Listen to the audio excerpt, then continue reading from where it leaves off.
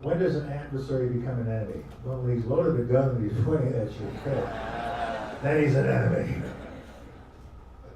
You know, eventually somebody might become an enemy.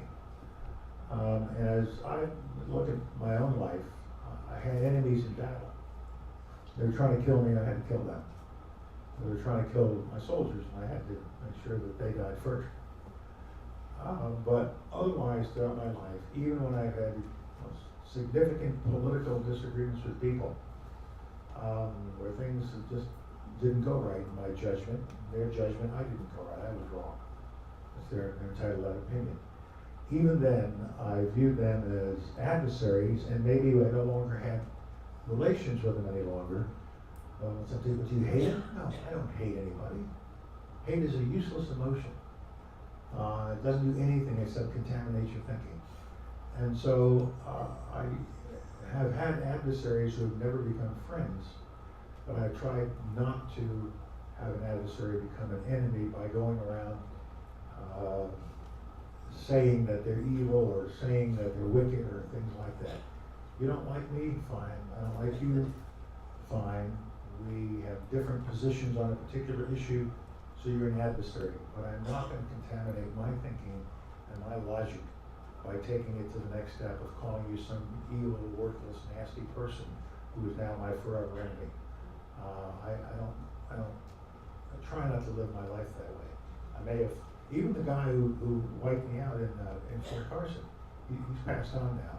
But even then, as I said to him when the conversation was over, I said, if this is your opinion, then this is what you ought to write. I don't like it, it's hurting me, it's probably ended my career, but you have to write what you think is correct. And I'm glad you had the guts to show it to me to my face. But I've never considered that man an enemy. He had a different opinion of me than I thought he should have had. But he was in charge and I wasn't. So we need to also convey this message to our kids. I worry more about our kids than just about anything else in life today. That, be kind to others. The old kindergarten rules we all know so well. A lot of this book that you will read, if you do actually read it, I think you will enjoy it. It's only going to take you an hour and a half. It's short stuff. 2 hours if you're slow. But a lot of it you'll see has word, be kind. One of my favorite chapters is only a page and a half long. And it's kindness counts. It's the story of a minister in the church that I was a senior warden at Episcopal Church in Virginia. And this minister was sent to us by the diocese. He had troubles. They never told us what his troubles were, whether they were drinking or marital or what. Whether he was depressed or anything. And so he was with us for a year, and we just took him in.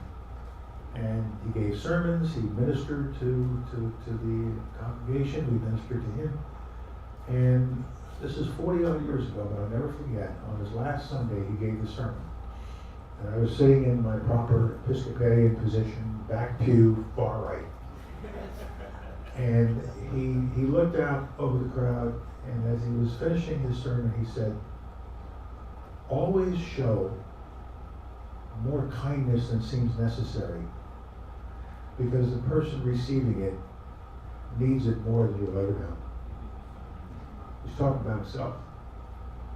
I never forgot that. I always tried to live my life that way.